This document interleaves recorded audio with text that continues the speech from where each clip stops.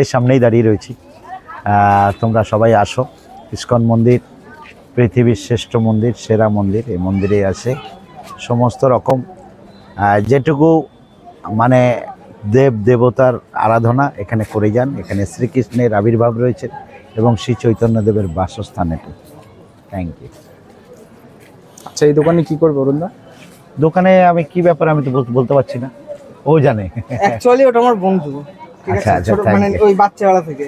আচ্ছা, এখানকার যে মানে ড্রেসগুলো সেইগুলো অন্য জায়গায় পাবে না, সেইগুলোই দেখার জন্য তোমাকে একটু আহ্বান করে। আর ও এখন একটা ঠিক আছে। গিফট করবে আর কি, ধুতি আর পাঞ্জাবি। বলুন না, গিফটের কথা শুনে মুখে হাসি চলে না না, এলো। হাসি আমার ব্যাপারটা কি? নো এই চাবড়ি।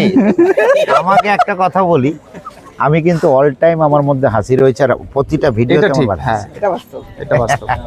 বলুন না, একটু দেখো Thank you. দেখো দেখো তো দেখো, আমি পিছনের দিকে গিফটটা তাকাও। না গিফটের ব্যাপার নেই, শ্রী জগন্নাথ হ্যান্ডলুম। গিফটের কথা বলছি না, হ্যাঁ। তোমাকে আমি যে ব্যাপারটা বলছি মানে এখানকার ড্রেস আর অন্য জায়গার ড্রেসটা আলাদা, ঠিক আছে? তুমি একটু অবশ্যই। দেখো ঘুরে কেমন জিনিসগুলো। এছাড়া একটা হাই দিয়ে দাও। হ্যাঁ, একদম একদম, থ্যাঙ্কস। বলো বলো।